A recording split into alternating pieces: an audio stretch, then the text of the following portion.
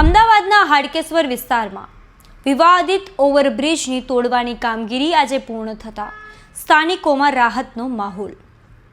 વર્ષોના વિલંબ બાદ આખરે હવે આ ઓવરબ્રિજને જમીનદોષ કરવામાં આવ્યું છે। ટ્રાફિક વ્યવસ્થા સુધરતા વેપારીઓ અને ત્યાંના રહેવાસીઓએ હાશકારો અનુભવ્યો છે। નમસ્કાર, હું છું મમલ। તો આવો સાંભળીએ આ મુદ્દે ત્યાંના વેપારીઓ અને સ્થાનિકો શું કહી રહ્યા છે। મારું નામ ગઢવી સંજય મંગલભાઈ છે।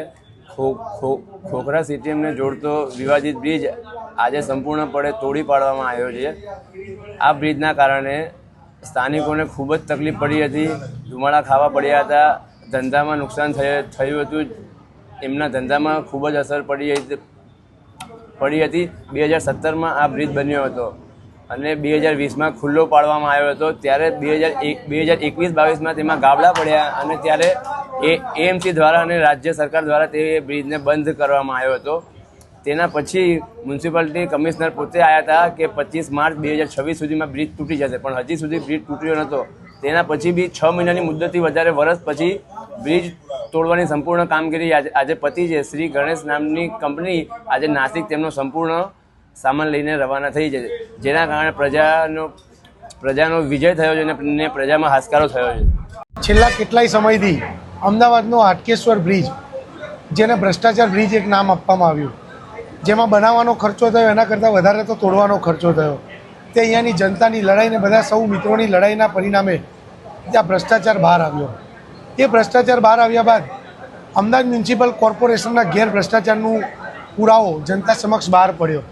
તેના પરિણામે જનતા તેની સામે લડી અને રાજ્ય સરકારે દખલગીરી કરવી પડી અને દખલગીરીના પરિણામે સરકાર દ્વારા એવો નિર્ણય લેવામાં આવ્યો કે આ બ્રિજને તોડવામાં આવે, સંપૂર્ણપણે નષ્ટ કરવામાં આવે અને તેના પરિણામે નાસિકની એક કંપનીને આ બ્રિજ તોડવા માટેનો કોન્ટ્રાક્ટ આપવામાં આવ્યો।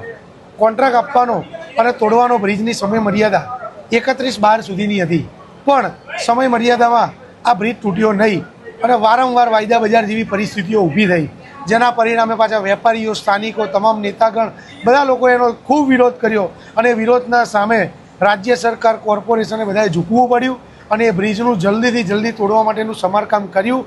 ત્યારે આજે અમને એવો એક સમાચાર મળ્યા કે જે નાસિકની કંપની દ્વારા આ જે બ્રિજ તોડવા માટે જે કોન્ટ્રાક્ટ આપવામાં આવ્યો હતો, જેનું નામ છે ગણેશ, તે આજે તમામ જેસીબીથી માંડીને એમની જે સાધન સામગ્રી હતી તે લઈ ગઈ છે અને બ્રિજ આજે સંપૂર્ણ ધ્વસ્ત થઈ ગયો છે।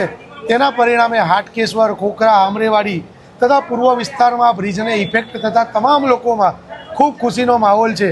અને એક બાજુ એવું પણ હોઈ શકે કે માથે ચૂંટણી છે એટલે પણ આવું થઈ શક્યું હોય, એટલે તેના પરિણામે સરવાળે પબ્લિકનો આજે વિજય થયો છે।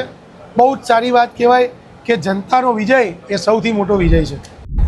મારું નામ મનીષ પટેલ, હું અમરેવાડી વિધાનસભાનો રહેવાસી છું। અહીંયા આગળ જે ખોખરા 44 ખોખરા વોર્ડની અંદર અને અમરેવાડી વિધાનસભાની અંદર જે સમસ્યા છે એમાં સૌથી મોટો ભ્રષ્ટાચારનો નમૂનો એટલે હાટકેશ્વર બ્રિજ। આ હાટકેશ્વર બ્રિજ 2017ની અંદર એનું ખાતમુહૂર્ત થયું અને 4 વર્ષના લાંબા અંતરાલ બાદ અને ખૂબ જ લોકોની ફરિયાદોના હિસાબે 4 વર્ષે બાંધકામ પૂર્ણ થયું, જેનો અંદાજિત ખર્ચ 45 કરોડ થયો। એ વિધાનસભા ઇલેક્શન 2022 પહેલાંને ખુલ્લો મૂકવામાં આવ્યો।